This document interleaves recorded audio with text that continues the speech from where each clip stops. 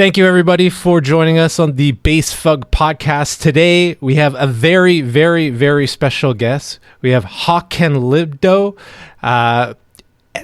Maybe it's better to say an ex-music producer, but more a futurist, super creative music visionary. Does that sound right? That's very flattering, but yeah, I'm happy with that. Okay, great. Welcome to the show. Thanks for your time. I really appreciate it. So right off the bat, usually we talk about the history first so that we can get an idea of what's going on, but you have so many amazing projects that you've completed, and you just told me about some new ones that I've never seen. Like you gave a monkey a Yamaha DX7. Can you talk about that for a little bit first? Because that's like the coolest thing I've ever seen. That was a very special project. It's called Monkeys and Synthesizers, and I made that as a part of a music festival that I started and was involved with for a few years, called the Volt Festival in Sweden.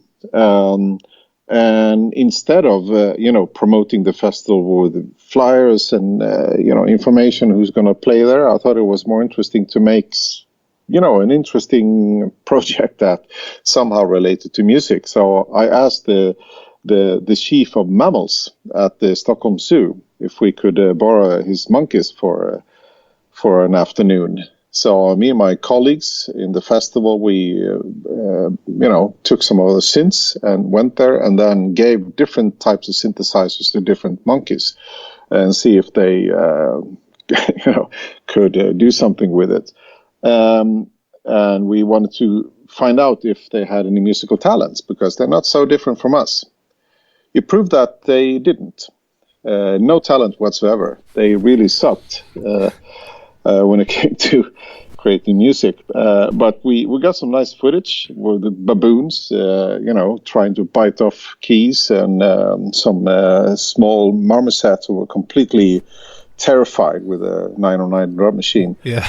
And a sloth that did absolutely nothing, like usual.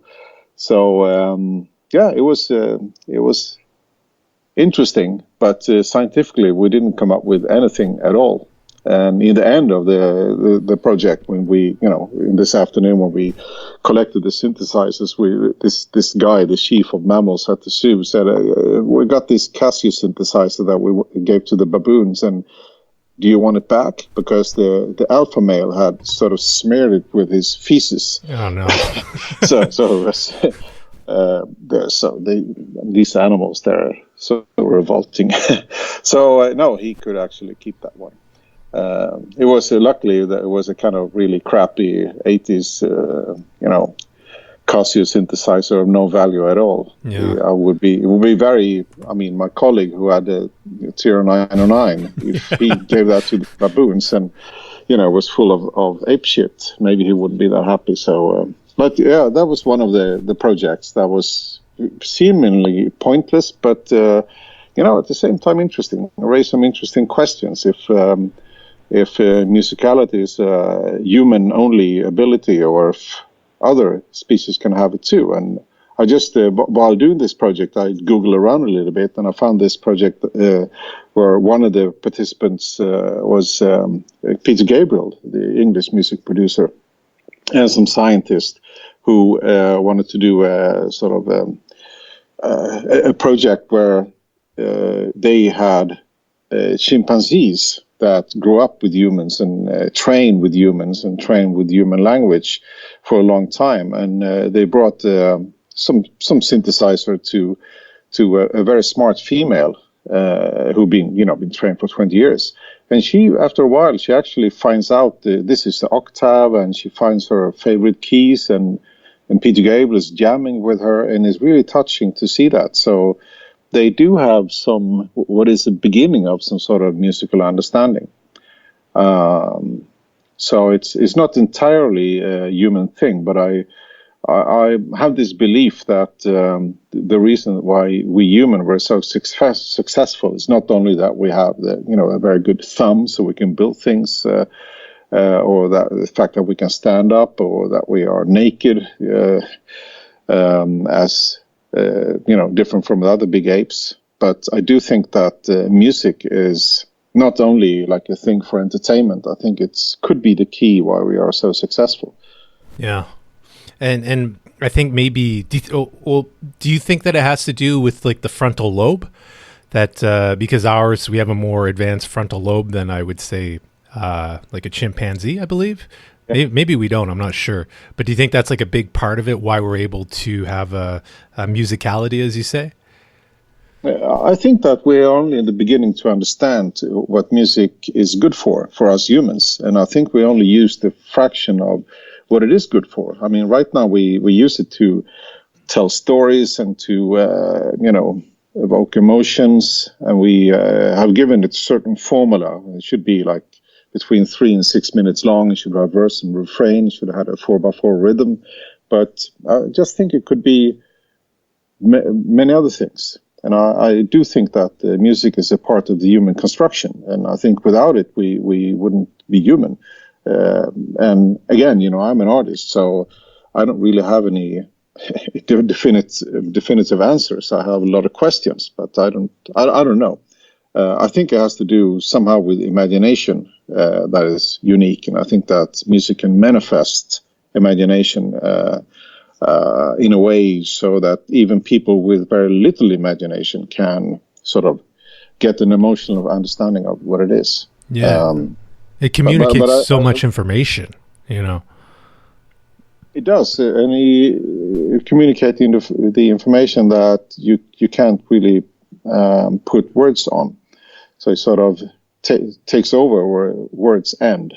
And communication and information is much more than words. We can only grasp a certain amount of information in words and figures, but we can understand much more, dynamics and relations and stuff. That where I think music could help us to understand that. And we talk a lot about visualization, that the important to visualize if it's, spread of coronavirus or what it might be. We visualize that, and we need to, because otherwise we can't, see one person is sick or someone else is not sick. But if we see the graphs and we visualize that, and we get some sort of understanding of time and the progress and risks. But I do think that we have only begun to sonify things, to make things into music. And I think when we start to do that properly, there is a lot of information that actually is much better communicated with music than with graphics. I agree. You mentioned communicating to tribes in one of your TED Talks through music, and that they would be able to understand us better than if we tried to use each other's native languages. Can you elaborate on that? Yeah, what I said is just a reflection that if I, went to the jungles of Borneo, somewhere where there are still people living close to nature and talking languages and having culture and language that I have no connection with whatsoever, and they have no connection with where I come from whatsoever, it will be very difficult. But as I said, if I would play my song, they would get it, and if they would play their song, I would get it, because with music there is nothing to misunderstand. Yeah. It's basically like hello, I'm friendly, and they say hello back, and then we can start to communicate. But there is something bigger, because probably if I brought my laptop and they brought their drums, we will be able to jam and communicate things that are really important. The way I would understand somehow their cultural context, how they look at music and their sort of view of life. And I would be able to communicate with my technology as well, because music could be many different things. I met this guy from Australia who worked a lot with Aboriginal people, telling me that in their culture, songs could be stories, and songs could be maps. And I didn't get, how could song be a map? But in their tradition, a little child start to learn a song, and the song telling the story about the landscape. So the songs say that, if you walk over the mountain, there will be grass, and then there's a river, and that is a song. And as long as you know the song, that's how far it can go. So the older you get, the longer you learn from this song. And if you're a really old person, you're allowed to walk very far because you know this very, very long song. And when you don't know the rest of the song, you have to go back. So I think it's a very beautiful thing that the song could be a map. And I just think that music could be much more than we can imagine today. So what you're saying is if we ever terraform other planets and we meet aliens, we should bring a 909 and hand it to them and see what they make? Yeah, I mean, I don't think it's if other life forms actually communicate with vibration through some sort of media, if it's air or water or whatever it is, sulfur. I don't think it's unlikely that they have music too. I mean, I do think that the music was a key to why we became civilized. Because, as I said, if we can communicate with music, and that's a mutual understanding, we can play together. So my tribe and your tribe that used to be enemies, now we play together, and means that you're good, you're fine. We can start to make business. We can, and finally we learn to make friends with people that we never even met. We start to trade over, longer distances, and then humans became civilized. And I do think that if we ever get in touch with other civilizations, music is a good way to start. And when Carl Sagan sent this, when he curated these probes that were sent from Earth to, with the Voyager probes in 1976, these probes that went out through away from the solar system. They had the gold disc in it, right? They had the gold disc, yeah. And all these discs were mainly music. There were some engravings as well to try to explain where the Earth and the solar system was located in relation to the galaxy, and the size of a hydrogen atom. So we could tell them that we know that everything is made of atoms. And I also think it was like a size reference. So the images of humans that was on this disc, you understand that humans are about this size. So they don't think that we're the size of dust or the size of oceans, which could be also difficult to communicate with someone that you actually inhale, Yeah. If we're very different in size. But it was also a speed reference for the disc. So you play it in the right speed, because if you play it like a trillion, revs per minute, it wouldn't sound the same. Or if you have, spin it, one revolution per year, it will be very different.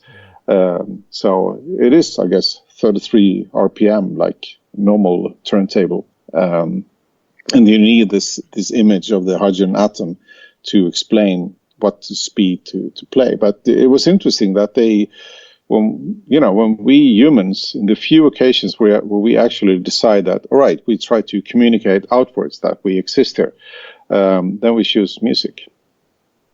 Do you think it's a good idea to communicate outwards? I know you've tried to with a space station. You've had your music beamed with a space station into space. Do you think that's a good idea? Do you think we might be? Because do you think there's bad aliens too, or what? I think that if there are aliens that are intelligent enough to receive the message, they're probably so far away, so we're safe. So even if we get reply saying that, hey, now we found you, we're coming to get you, then we have no rush to make spaceships and bombs or whatever needed to defend ourselves. Can you talk more about the that space station project that you were a part of? Yeah, I was doing a radio show for Swedish called Broadcasting Corporation. Some years ago about electronic music and experimental music. And as a part of that, each season, for each episode, I gave like a musical challenge to different electronic music producers. And each season there were different themes, and one theme was music for alien civilizations. And then the task was, or the challenge was, to create music with your instruments that becomes business cards from humanity, and that is made for non-human ears. So that was a kind of a complicated task. I mean, it's one thing to, if you get the challenge to, make music that, sounds like rain, fair enough, you can do that. But to make music that is made for non-human ears is a bit more of a challenge. And I like challenges. And then this music was created, was an album, was 10 episodes, 10 songs, and those were sent from the Swedish space station in the very north of Sweden. We have this really big antenna. And, of course, I'm still waiting for a reply. I don't know when that happened. I think it was like 12 light years, or 12 years ago, so it has traveled 12 light years. So we still have some time to, maybe when I'm really old, we'll get a reply, a remix or something. Here's hoping. How do you go from producing house records to making robot bands and sending music into space? I think you have an early catalog of more, some is house, some kind of sounds like Aphex Twin. You did a remix for Depeche Mode. How do you go from being a music producer to being more of a music futurist? What was that like? Yeah, I mean, many different things. I think one reason was that I made a lot of records. I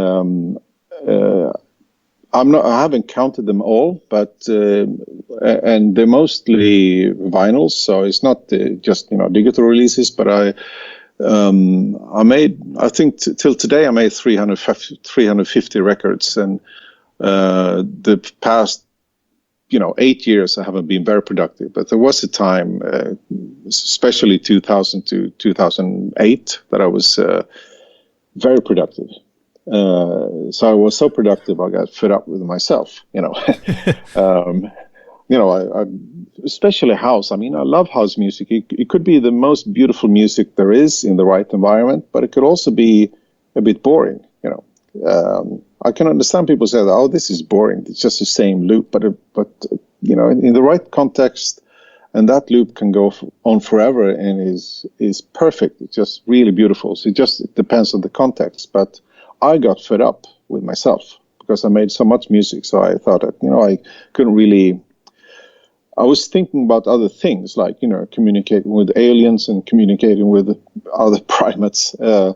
And other things as well. So making house music wasn't really enough for that.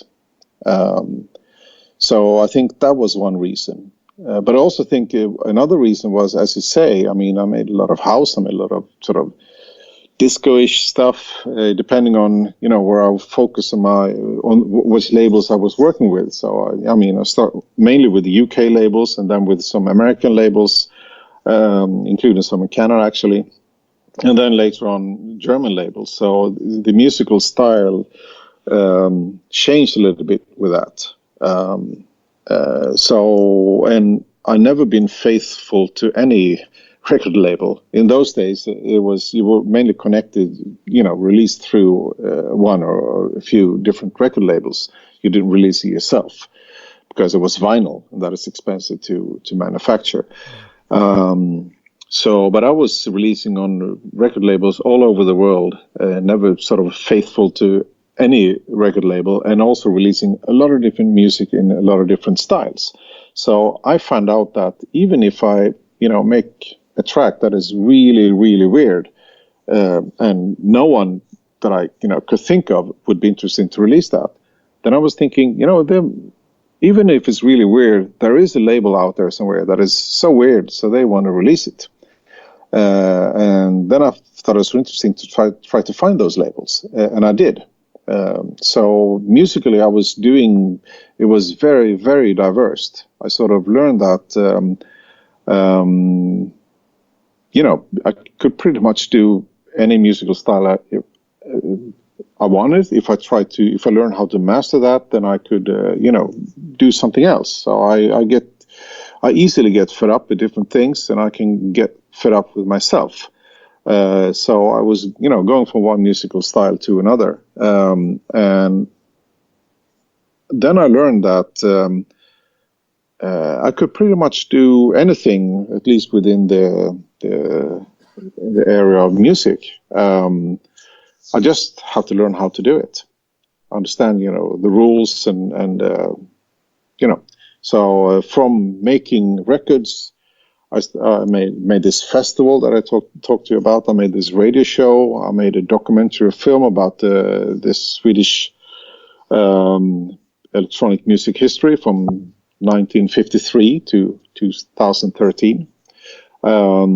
And I started to make this sort of more exploring projects, sending music to space. I made one called Music from the Future, where different musical artists made music the way it will sound in different possible futures. And so on and so on. I made a radio show about music and food. So I learned that I could pretty much do anything. So I sold my studio, or most of my studio equipment, kept my laptop, and started to build more of like a laboratory, and connected with people and offer them a place to sit there. People work with AI and VR and architecture, design, people building electronics, robotics. This is your idea lab in Stockholm, I think it is? Yeah. But it's built on the same ideas as my musical sort of research or my musical development, that things, if you do things in a playful way and not doing it. The great thing about music is not looking for answers. Music is just evoking emotions and maybe asking questions. And I think the problem, I never been within the academia, I never, I can read and that's about it. But I have very little academic merits. But I have colleagues who are really smart and then have this background. But the problem with that is that research always needs to get an answer, and a lot of music also needs to get sold. That's the purpose of it. But I think the freedom that I was allowed to express in my music production years gave me the freedom to pretty much do anything that catch my interest. And just the belief that, because I did so many musical styles, I can also believe in myself that, I can make a robot project. I can make a, architectural project, or I can make a design project or a VR program, which is, I don't know any coding at all, but I know people who know. I think it was my freedom as a music producer that allowed me to feel the same freedom that, as a manager of this idea lab. Yeah, I sort of found the same way when I was producing music. It's sort of like running like a small business almost. And after you go through its course, you sort of realize, I could apply these templates to other things in my life, and you could do other projects. Can you talk more about... sorry. Sure. No, I'm just thinking that the reflection is that in most areas, whatever you do, it is a very long process. For example, I'm interested in architecture. I have no education, so I just read books and magazines, and I like the pictures and I like the houses. But the process of building a house is often 10 years, 15 years. You come up with an idea, you meet the client, you got to find the property, and then you build it. Takes a very, very long time. But especially if you make electronic music, if I get an idea, 1 hour later, I have the beat. It's done, it's 1 hour. Yeah. So the process of giving birth to a new idea is very, very fast in music. And I think that's something that is missing in almost every field of research and society. Is this that is so slow that you sort of lose the enthusiasm for. You forget what was the idea from the start. But if the great thing in music is that you have an idea and then you throw it down and there it is. And that is something that I think a lot of people could learn from. That this freedom of that the expression is so direct. And of course, I mean, I don't think in a near future that you can dream a house and 1 hour later the house is there. I don't think that will happen. But I think there's a lot of areas that could benefit from this freedom of expression that exists in music. Can you talk about your Idea Lab a little bit? And I think it's important that there's these incubation, I guess, facilities to sort of take, I don't know how to articulate it well enough, but like sort of just, I guess, musicality, like you said, and experiment and see how we could take it further. Because with the laptop revolution, it seems like we've depleted a lot of ideas. And now the ideas are, like you're saying, an AI and VR. But that's not really the same paradigm as like a DJ, you know? Can you talk about the Idea Lab and sort of what your vision is for that, what you're trying to achieve from it? Well, the Idea Lab is it's my place where I have only 2 people employed, but then right now there are 6 freelancers from different backgrounds, and we work together in project that catch our interest, and the idea or my vision with this place is that it should be unlike other places. I mean, I almost never had any employment. I used to work on a record label. I used to be in the summers I used to be a postman when I was young. But it wasn't the way I wanted. I mean, if most people, the thing is, if you read research about what people think about their jobs in the Western world, I think that 60% or 70% would prefer not to work. They would prefer to be somewhere else, and like 30% think that their jobs are pointless and meaningless. So I think this is a kind of bad grade. It's bad design. That most jobs doesn't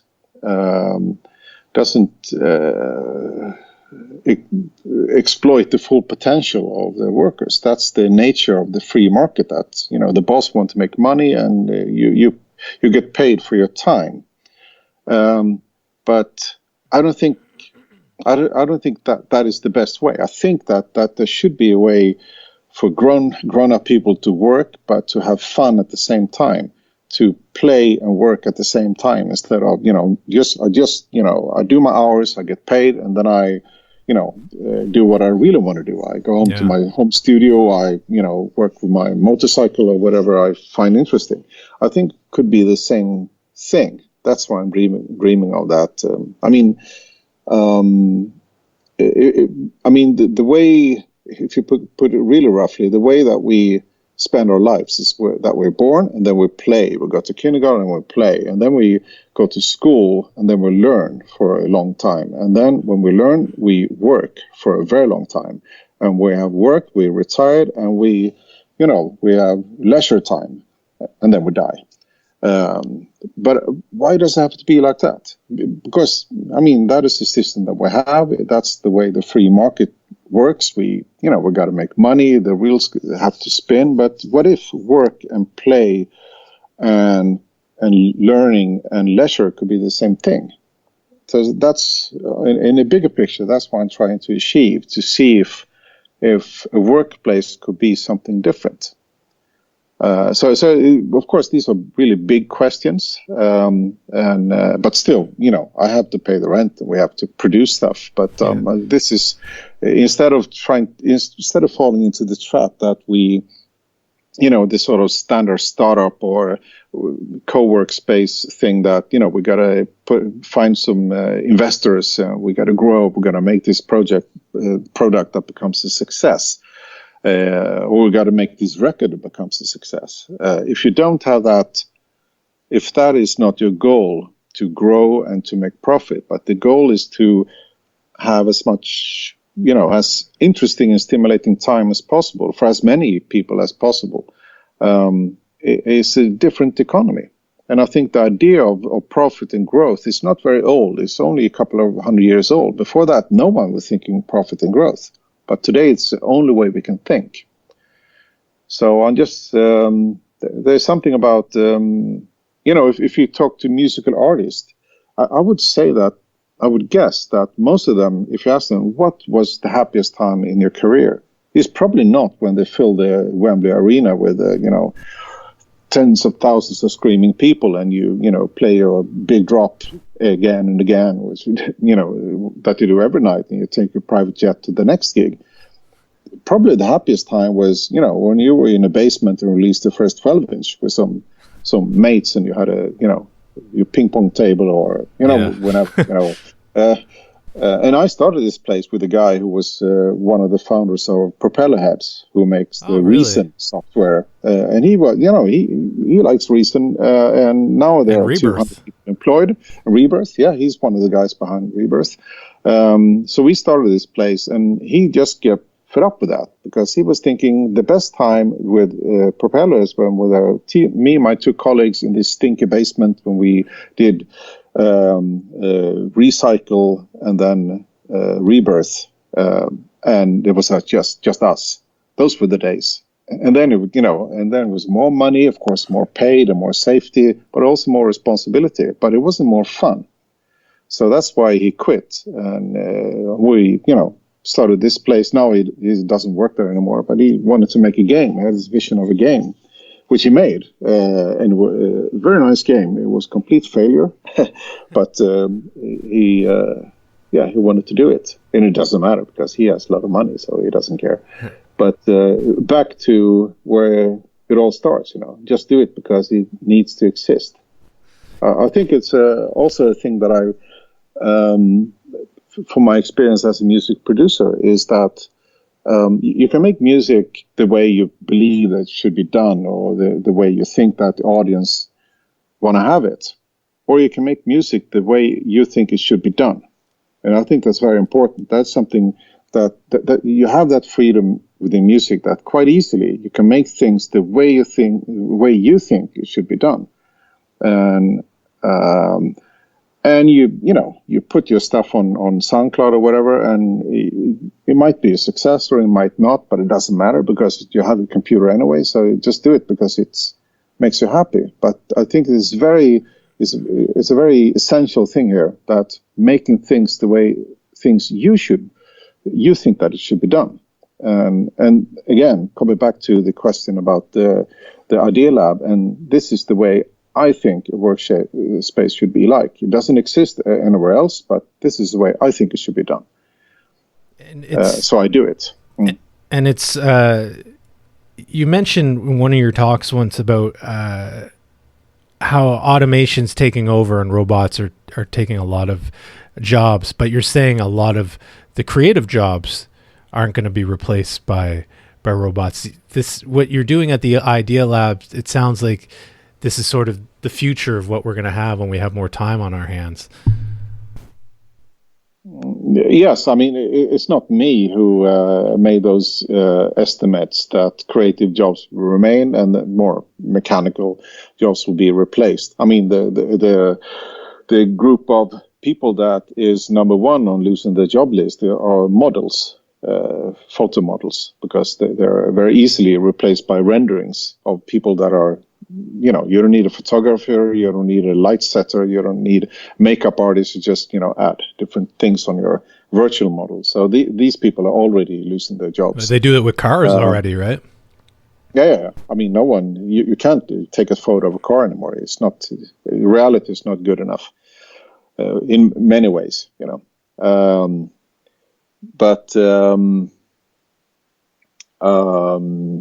So I mean, it's not me saying this. I think it's already happening, and it's not so difficult to make predictions who might lose their jobs and who might not. But I think the important thing is that when we think about robotics and automation and AI, the way I see it is that we could look at that, as the enemy who's going to take our jobs and things are going to be different. But at the same time, it's a natural part of development, is of evolution. So there's no turning back. When a robot will be able to drive a truck, there will be no truck drivers. That is easy as that. If you can have a truck that can drive 20 hours a day, no truck driver can do that. And even if it's 10% more expensive than a manual truck, every truck-owning companies will buy the robotic trucks. And that will happen all through society, of course. But we can see this as a problem. One thing that I'm trying to raise awareness about, and is potential future robot racism. Right now, we don't see that much. We already start to see it when people yell at their Siri or yell at their Google Home. But I think that if we can treat robots and these entities with respect, I think it might be a good idea. Not because they don't care anything at all, but it says something about who we are if we are able to treat this new species, because it is a new species that we are creating ourselves. If we can treat them with respect, it says something about us. So I think these kind of questions are more interesting. And I also think that the question about AI taking over and all that, and I think that the most important that is happening that we can learn from AI is that is more that we, instead of trying to make AI think like humans, I think the more important change is that we humans start to think like AI, meaning looking at the problem from all perspectives at the same time instead of looking for one perspective. So we can overcome bias. We can maybe make just trials. We can look at problems like global warming, which is a very complex problem that no human can look from him or her own perspective and making a conclusion for that. You need an AI to analyze all this big data, and we can take inspiration from that. You can actually look at a problem from all angles at the same time. So I think that all these new technologies, there are opportunities for us to change rather than changes that will be bad for us. But we need to change. We need to be willing to change. You're talking about a concern, robot racism. Do you think that robots will have rights in the future, and should they have rights? And do you think that the precursor to this would have to be obviously animal rights? If we're setting, pigs on fire while they're alive now, and then we're giving our Siris, you get a fine if you yell at Siri. Do you think that there's like an imbalance, or do you think I guess what I'm trying to say is, do you think there's a lot to learn before we achieve that step, and will we ever achieve that? I think in many ways that, there are some things that robots and automation and AI can do today that seems very impressive. They can drive a car, and very soon they can drive a car better than us. But, how difficult is that? Maybe it's not that difficult at all. And we got robotic doctors that can look at changes in your skin complexity and say, though, this is likely to be, this little blob could be some sort of early cancer thing, and a doctor can't do that.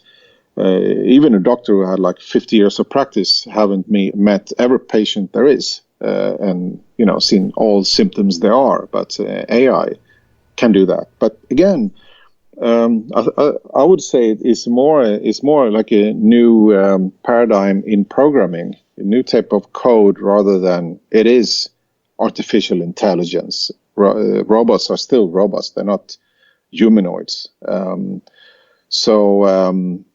I think the thing with the AI, artificial intelligence, that is such a cool name. So everyone just loves it and become really, we got to, artificial intelligence. We got to get on that train. Because, but what it is, most companies that say that they work with AI don't.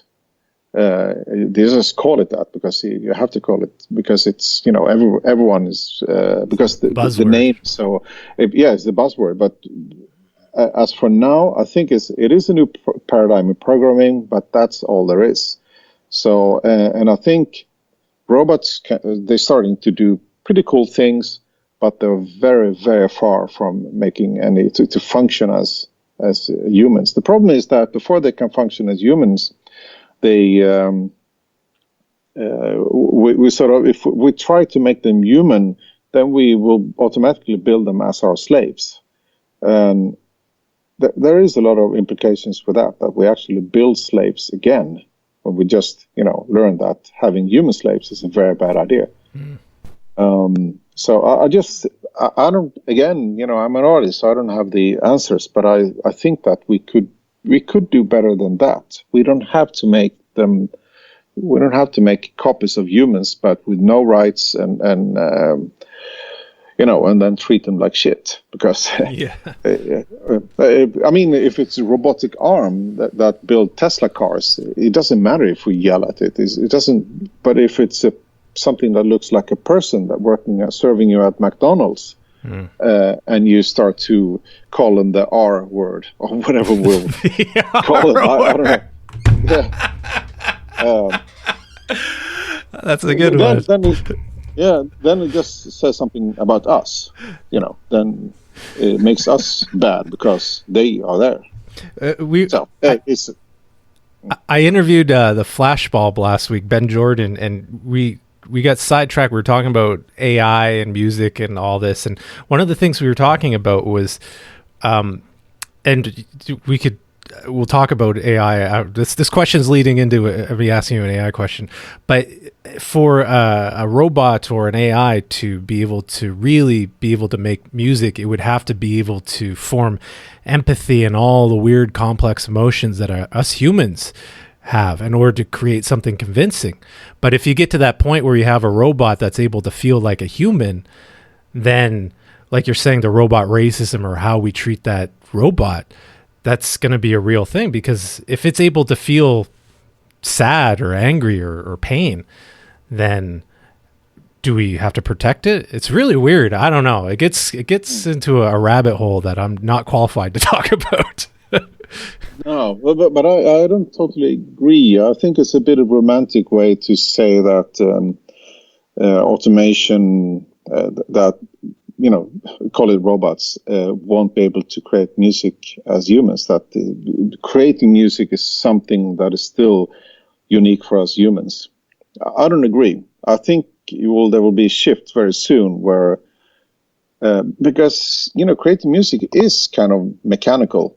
And it is possible to analyze. And why the outcome is why I choose this kick drum and this rhythm and these chords and the outcome is this house song, I don't know, but it is possible to analyze. And I think in the very near future, we will have robotic producers that are, much better than, especially when it comes to instrumental music, that are as good as any human producer.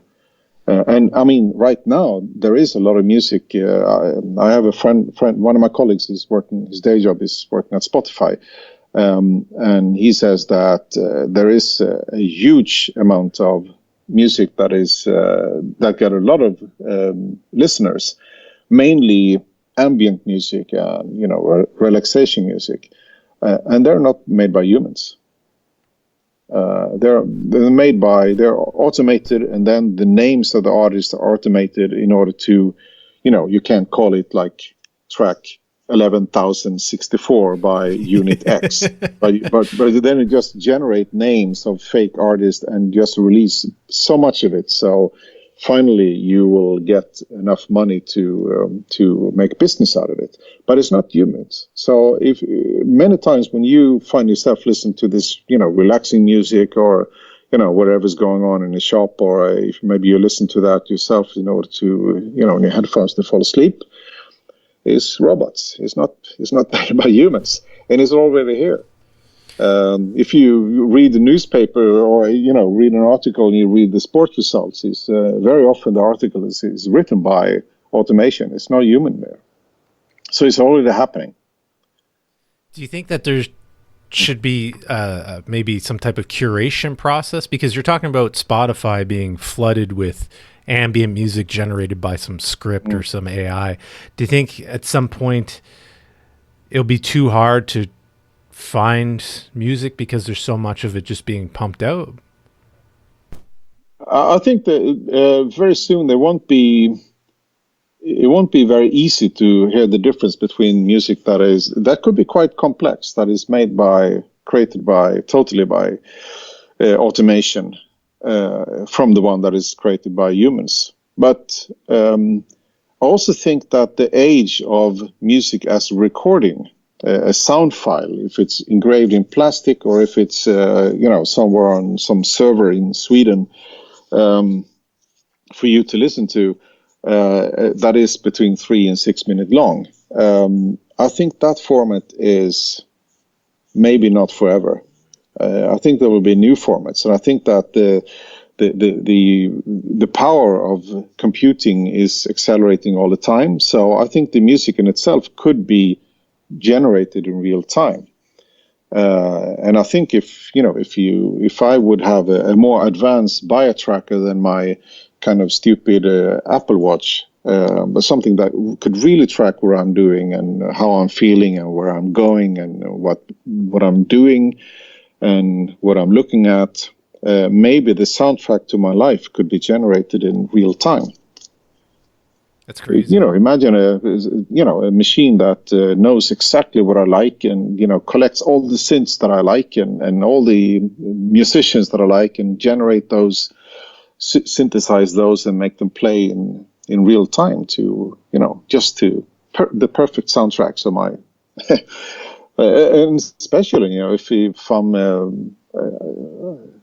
a project that I did some years ago was to create music to avoid negative feelings when driving your car in different situations. I was just going to mention that. Yeah. Yeah. And that is, it's not, I did this more like, I worked with a scientist, but it wasn't a scientific project. But there is a lot of energy that is put within science to figure out what music we should listen to when we drive our cars. Because accidents could be avoided and lives could be saved if we didn't listen to the wrong music at the wrong time. So if this could be automated, I could, if I'm feeling a bit stressed or whatever it is, maybe the system could, my personal music, my personal orchestra could, in the future, I imagine, could just real time compose something to level out my emotions and to, make me feel better. So I just think this format of this curated songs that we listen to over and over and over, it doesn't have to be like that. The technology is moving on, so it could be something else. And I think more people should explore the possibilities of what music could be, except what it already is. Especially, if I'm such an old man, so when my first studio was, complete analog studio with a big mixing desk, and I was, the first synths I bought didn't even have MIDI. Remember when MIDI came, that was an amazing thing. And in order to make a track, we were 3 people sharing the same studio, so we have these Polaroid cameras. We take a photo of the mix in order to remember the setup. Wow. Then another guy came in there, and I look at my Polaroid and try to, as good as I could, to recreate the mix, but it was never the same. And today, making music is completely different. You can make with a tablet or, distribution doesn't mean that you have to make a reel-to-reel tape and then you send that to mastering, then you grade that on vinyl, and then you have distribution for vinyl, and you have a graphic artist to make the cover. And now just, find a picture you Google a picture and put some nice filter on it and put it on SoundCloud, and there you go. So the whole process of making music is completely different, but the way it sounds is not completely different. Actually, it's pretty much the same. The revolution in music technology hasn't really changed the music the way I was expecting it to do.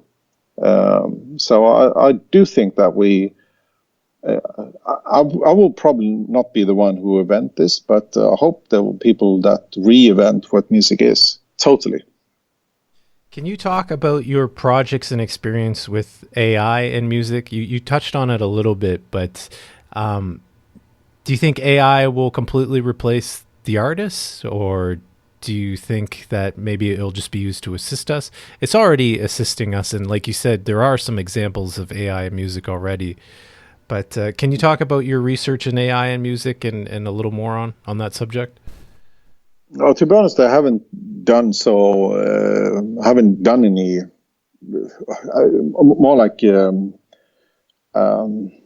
made one system where the camera is just identifying with AI, identifying different objects in public spaces, and then sort of translates that into musical gestures. So we can have a street has a certain sound depending on what's happening on the street. There's someone on a bike, or a person, or a dog, or a car, or a bus, and that creates different sounds in different spaces. So that's one project that I'm working with, just to see if what we see could be transformed into music in real time. But when it comes to composing, I haven't really worked with that, and I haven't seen any.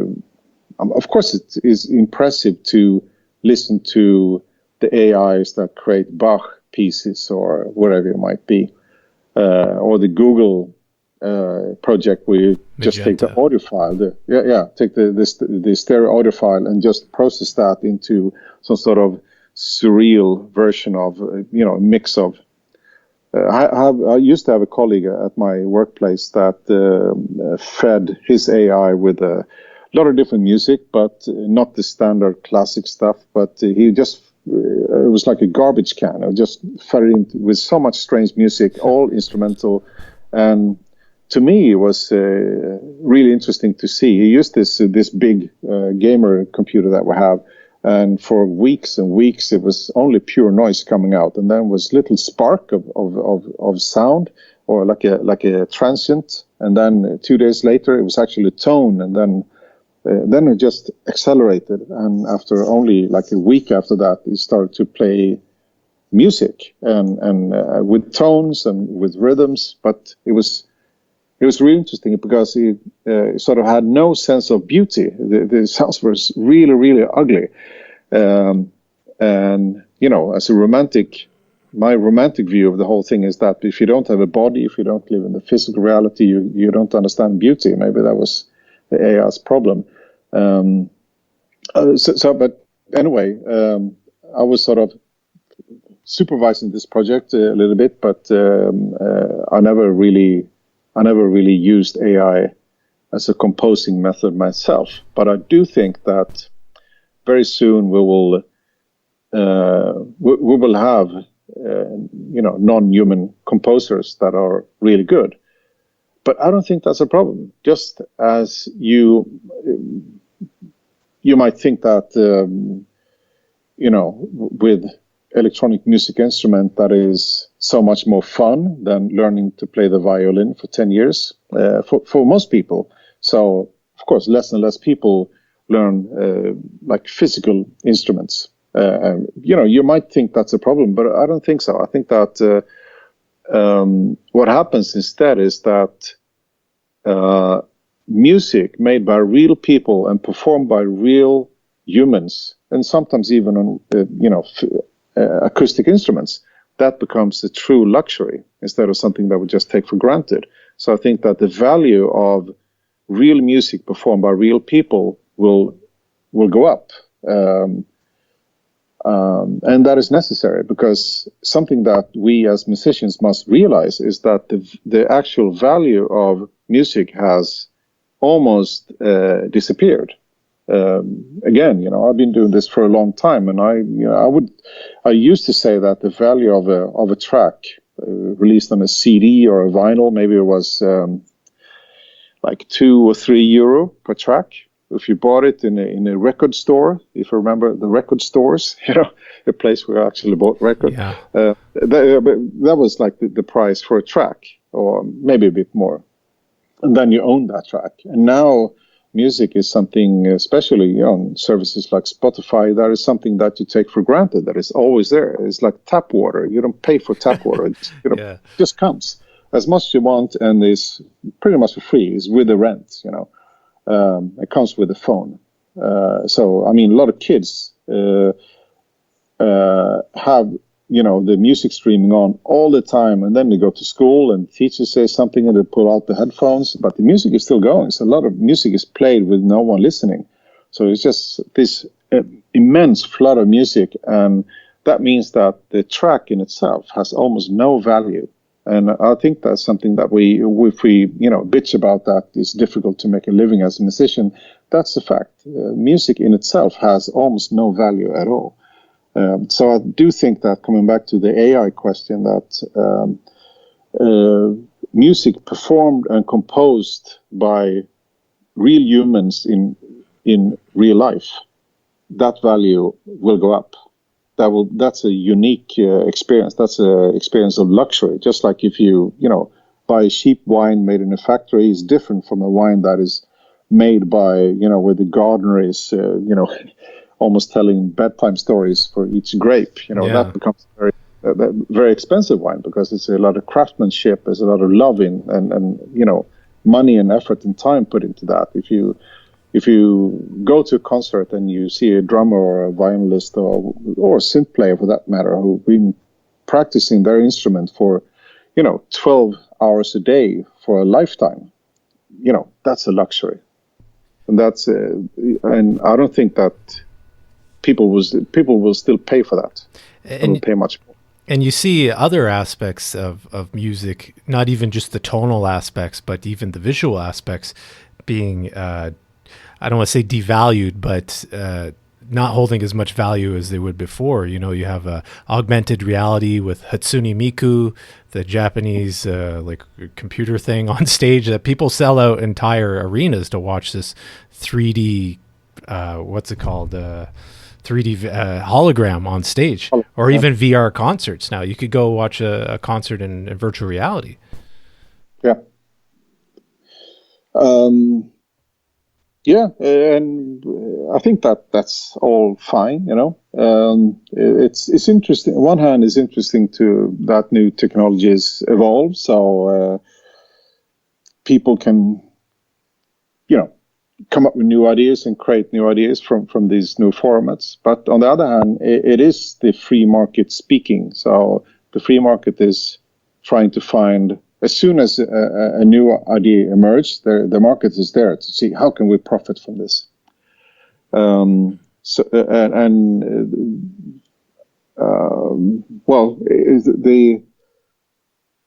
The way it happens is always that, the creators coming up with new ideas, and then the market profits on it and makes it, kind of mainstream and kind of dull. VR could be an amazing tool for new experiences, could be a fantastic new way of artistic expression, but what you see are games and porn, that's almost all there is. I mean, there are people experimenting with VR, but the VR market is flooded with these mainstream experiences that is pretty much 2D, but in a new way, because it's easy and is what you expect. But you don't see people creating what you don't expect that much.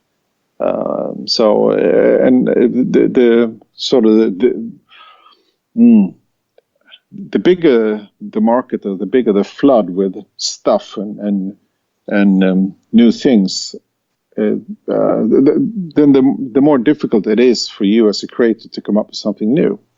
That's why, I mean, if you look at the history of music, there are some years that were really good.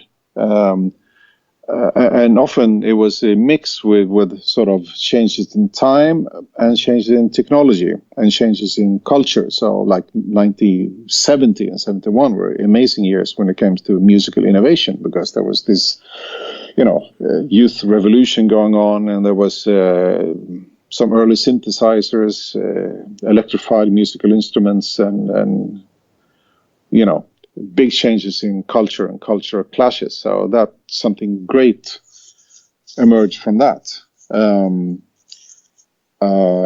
there was like this urge to come up with something new, and innovation was great in those days. But the way we live today, when everything is very accessible and everyone has access to everything, what happens is that creativity drowns in this flood of input. So it's very, when I grew up as not a punk kid, but at least in those days in a small or not so big city in Sweden called Malmö, there weren't too many things to do. There were pretty much no clubs and not many places to meet. So, and everyone was unemployed. So we just, we created the things that we could create. I'm not being romantic. It was not better before. Nothing was better before. Everything is better now. But yeah, I agree. The fact, but the fact that it was easy to navigate because the city sucks, so we have to make something. It was very obvious that we had to do that, but it's not so obvious today because the world in which you live, could be your city, but it's also the digital world. Everything is there already. It's a paradise of you. I mean, everything you can dream of if you want influences and input is there. Yeah. So it's much more difficult to come up with what should I do? What can we come up with that is unique and makes our place a better place? Yeah. Because it's so easy just to drown in this flood of. I don't have any solution to that, but I think it's something that you should be aware of. That and it is a function again of the free market that is just filling every possibility to make a buck. The market will find that place in no time. So it's very difficult if you come up with a new idea within VR. The market, the big companies will find a way to exploit that and make something boring out of it. Yeah. That wasn't your idea. So it's.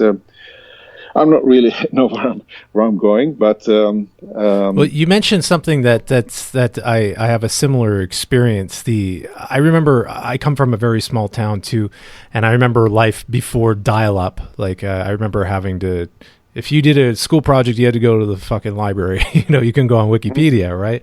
And I remember same situation, punk rocker. We had to create our own scenes. We had to create our own culture.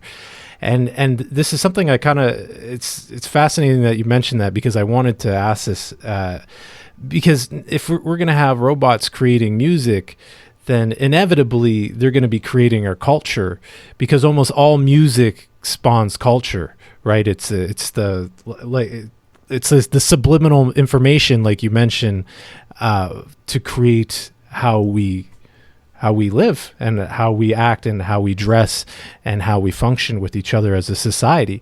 Like if you're listening to the Sex Pistols, chances are you're going to have a leather jacket with studs on it and pins, So I wonder what happens when the robots start creating the culture, if humans are going to start to adapt to the culture that robots are creating.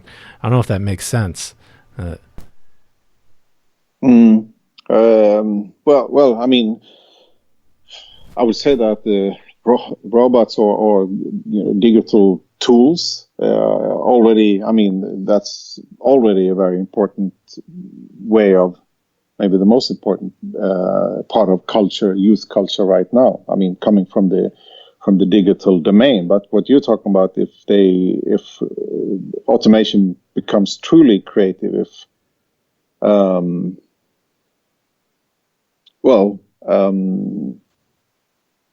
I would say I don't think so. I think that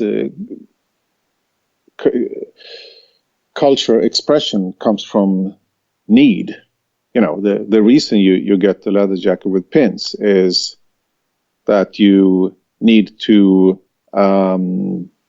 as a human, you have a need to express the way you look, so you know that you fit with these people or these other misfits, and manifest that somehow, that we are the the punk rockers in this small city and fuck you. And no AI has a need to do that, because as long as they don't live in a physical world, or the complex social behavior of the primates, of the naked ape, that we are, they don't have any need to do that. But at the same time, we do have the need to do that. And coming back to what we talked about earlier, the problem with this flood of impressions, this endless amount of crap and good things that are so easy to find out there, it makes it more difficult, I think, for people growing up to find the music that sort of express how they feel. I do think that, whatever my diagnosis is, I'm not even diagnosed, but must be something. The reason that I survived my teenage and my, young years is because I found the music that sounded as fucked up as I felt. Yeah. And the reason why people like Marilyn Manson has saved so many lives. Yeah. Because if you feel fucked up and there's no one that understands you, then he understands you, because he sings the way you feel. So I think that extreme music is very, very important for our mental health. And if it's not allowed, then we have a problem. It's not that it's not allowed, but it's difficult to find. So if you're a kid and you feel fucked up, and you get all this bullshit coming over you, all this American Idol stuff that is drowning the media, maybe you don't find it. Yeah. Or if the search algorithm on Spotify keep playing the Christian music that your parents listen to, maybe you don't find the extreme music that you actually need to feel better. Yeah. So I don't know if that is a real problem, but you should not underestimate the importance of extreme music for us to cope, to be whole as humans. Yeah. Yeah. Håkan, thank you so much for your time. This has been an amazing interview, a great talk. Is there anything you want to close with? Is there anything you want to mention before we go? No, I don't know, but I've been asked a few times what am I doing, and I think maybe something that could be a good thing to close with, and that is to the importance of finding out what music could be, except what it already is. So I just want to come back to that. What can music be? Except what it already is. Yeah. I don't know. But for the listeners, try to find that out, because I think it might be important. That's a good question. All right. Well, thank you very much. Do you want to plug anything? Your YouTube channel is really cool. Yeah, maybe. I don't give it much love, to be honest. I just put up stuff there with no special plan. But if someone is interested in checking out some of the stuff that we talk about, then my address is very simple. It's håkanlidbo.com. Okay, we'll link it in the show notes. Thank you very much. I really appreciate your time. Yeah, me too. Thank you. All right, take care. Bye-bye. You too. Bye-bye.